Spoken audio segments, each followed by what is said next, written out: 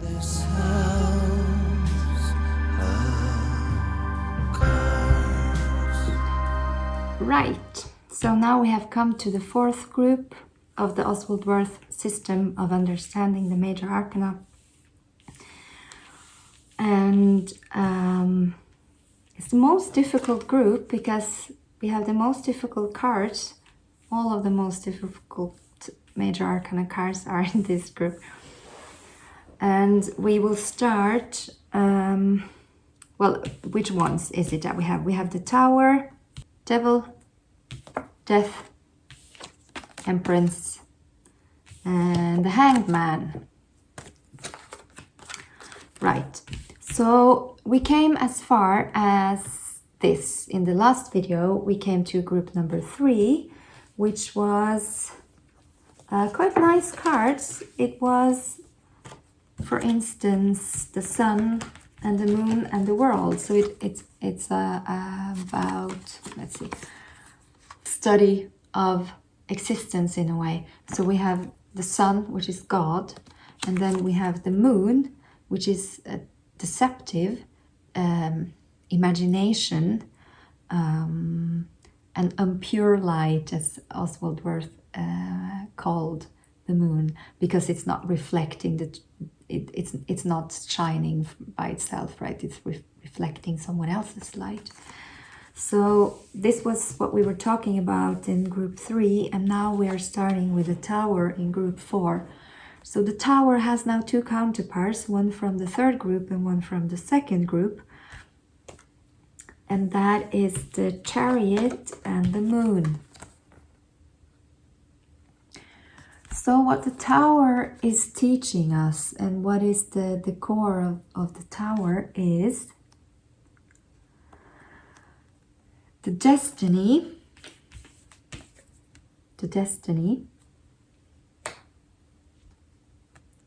of an overactive moon, of too much imagery, too much imagination, like castles built from air, or dreams that's not at all realistic. What happens if you have too much of this? What happens if you have too much imagery, too much imagination, too much unrealistic dreams? Well, your world will come down. It will come down because it's not, what you're imagining isn't feasible, you know? So you will crash, it will come down. And this points to failure, because you will have then the feeling of failure, because your expectations were way out there, right? And the counterpart of failure is triumph. It's the Chariot, it's the counterpart. And if you remember from the 2nd video, or you can revisit the 2nd video, the Chariot is about moral navigation in real life. So not the potential, not the moral laws, but the execution, the application of moral laws in your own life. And that's triumph. When you succeed at that, that's triumph. And when you don't succeed, the world will come down.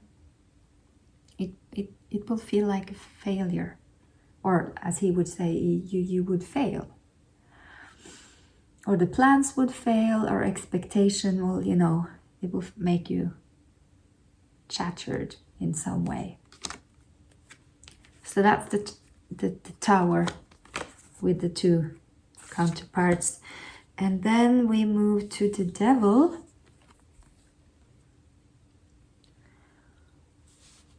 And the Devil has 1 counterpart in the 3rd group, which is obviously the Sun. And 1 counterpart in the 2nd group, which is, where are you? Just this. And why is that? Well, obviously, God, anti-God. It's spirit and matter.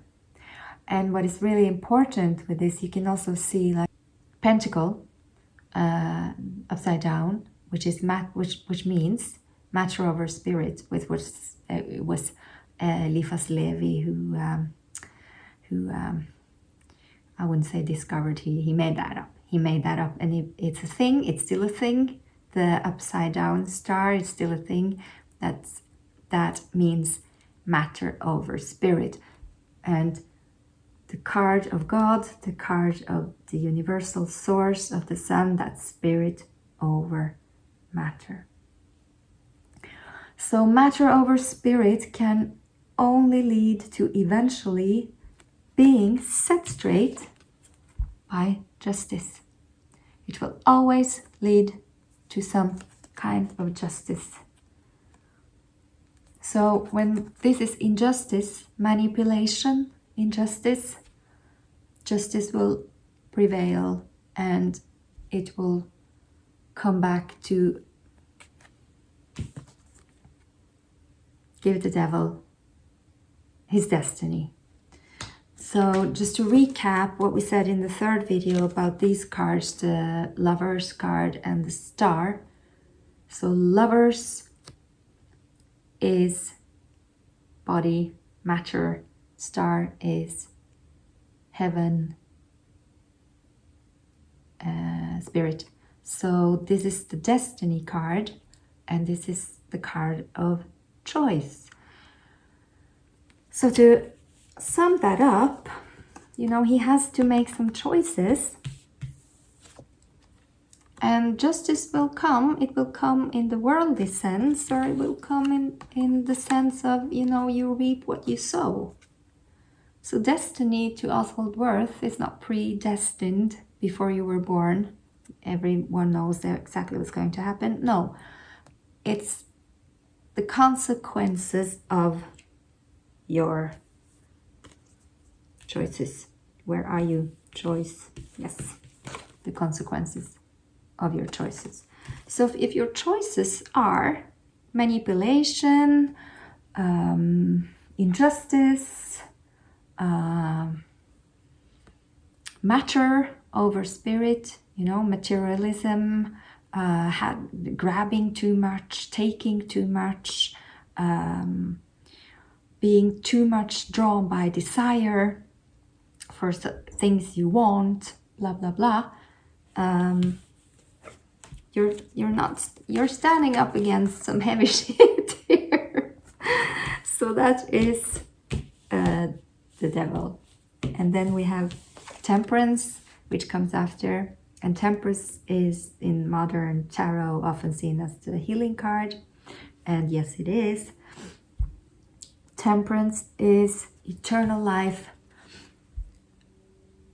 This is matter, only worldly life and desire, and the counterpart, or what follows, like let's say in this group, is eternal life. Eternal life. Temperance also stands for bodily fluids, or the fluids of life. So it's eternal life, not in spirit, because that's judgment, but it's eternal life in matter. So it stands for reproduction. It stands for the circle of life. It stands for that generation comes after generation, comes after generation. And this is also, so some, like in tantric circles, people say, yeah, this is the tantric card. So yes, you can say maybe that's also true. Tantric lifestyle, maybe not, but being with other people. Temperance is about healing. It's about harmony in matter. So when he was wanting too much, taking too much, his desires was overshadowing everything else. He's making bad choices, and he's behaving badly too. And temperance is about, yeah, matter can also be good. Matter isn't all bad. The body and bodily functions isn't all that bad.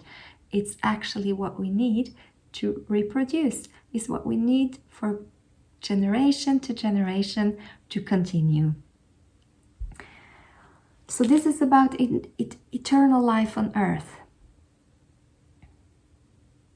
And it also says something about everything is energy and it will always transform to something new.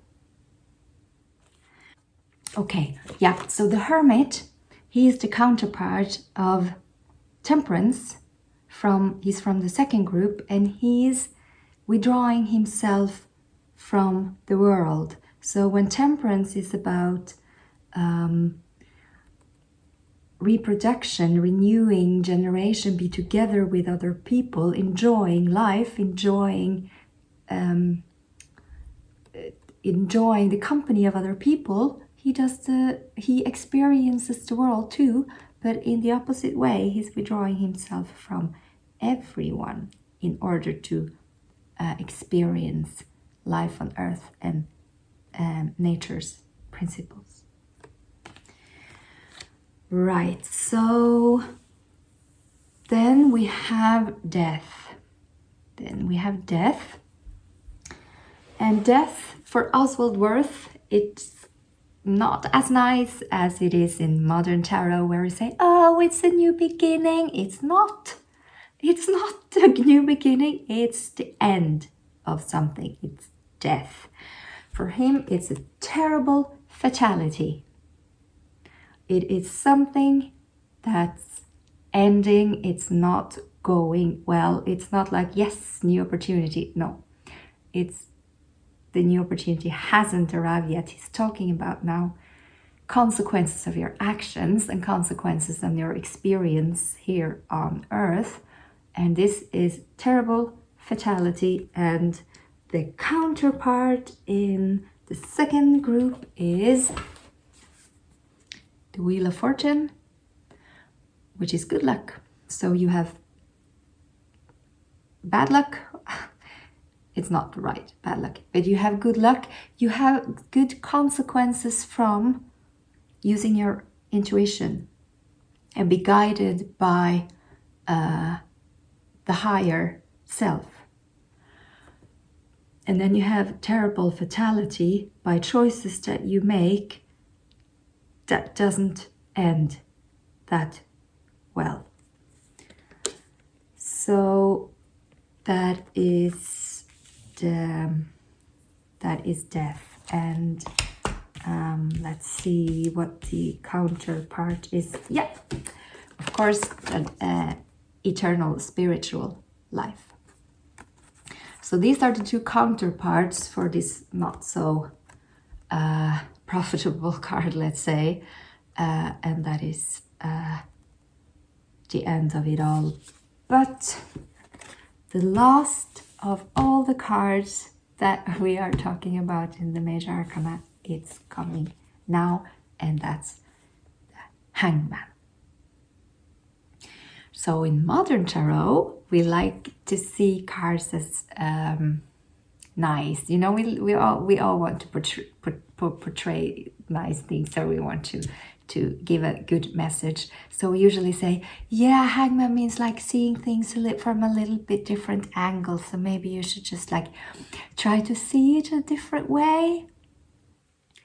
But what Oswald Wirth is actually saying about consequences of your actions and how you live your life, it is his counter. I have to show you the counterparts. He sacrifices himself for the benefits of others. He has no strength, no control. He has no control. And his counterpart is obviously strength, which has all strength and all the control. And she has learned how to manage and to work with control in a good way. So then we have her, and we have the Magician, and then we have the Fool and the Hangman. And these are the four representation, one from each group, from the corresponding places in the system. And we can see now that the road that the fool takes on his journey, it leads either to strength, infinity. You see, she has the infinity symbol over her head. It leads to either strength, infinity, or to the Hanged Man. So it's really interesting that actually the Fool's journey in Oswald Wirth's system, it leads not to the world, it leads either to strength or to the Hanged Man. It leads to having learned everything, knowing how to use all the potential, and having learned nothing, having sacrificed himself for the benefit of others. So this is like a hermeneutic way of looking at it. Have you learned how to work with the elements of this world? Have you learned the alchemy of the world? If yes, very well. If not, not so good. So she is fully instructed, and she has practiced in all the practical work, whereas, the magician, he was the potential, and she was the one carrying it out in the real world. Whereas the Hanged Man, he is kind of what Oswald Wirth also says is a misunderstood genius. He's unproductive. His thoughts are too sublime to be rendered intelligible. He didn't make anything of this world. He was, and it's funny, it's like the computer game, when the game over, the word game, the Hanged Man, when the game is over, it's becoming a hanged man. And someone is even saying, we live in a computer game.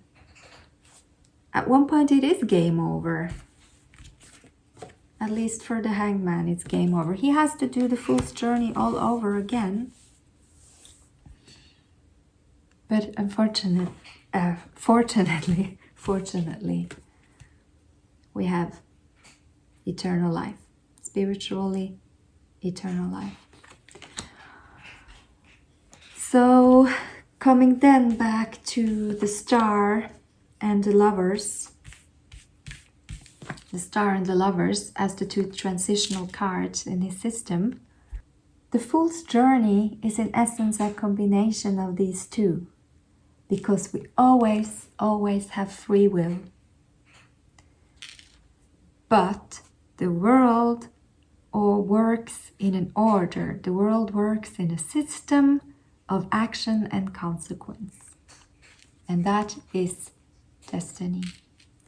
That is what we're destined to do here on in this lifetime. So that was the Fool's journey, Oswald Wirth style. And I really hope you liked it, and I would really recommend you to look at all the videos again. And I would recommend you to do all this stuff with your own tarot cards, lay them out in the groups, and you can find out for yourself how the cards relate to each other. And I assure you it will lead to a much better understanding of the Major Arcana. So I will definitely recommend this book from Oswald Wirth, The Tarot of the Magicians. This is an old version. I was gifted this book when I was 16, 17 years old.